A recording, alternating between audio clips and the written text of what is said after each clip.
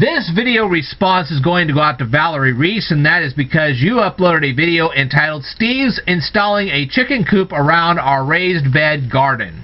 I watched your entire video and I decided to ask you a few questions about your video. And before I do, I wanted to let everybody know that I have published 5 Kindle books. If you guys are interested in that, feel free to leave a comment down here in the comments below. I'll send you a link to the latest Kindle book, and then you can read it, and you can read the others later on. Okay, here we go with the questions.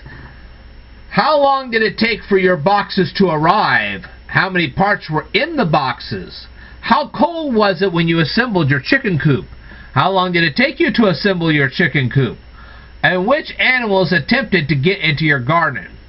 Feel free to leave the answers to any and all these questions down here in the comments below. And if you happen not to be Valerie Reese and you're watching this video right now, feel free to go over to Valerie Reese's YouTube channel, watch her videos, rate her videos, comment on her videos, subscribe to her channel if you'd like, and more importantly, tell her that the Speed Learner sent you.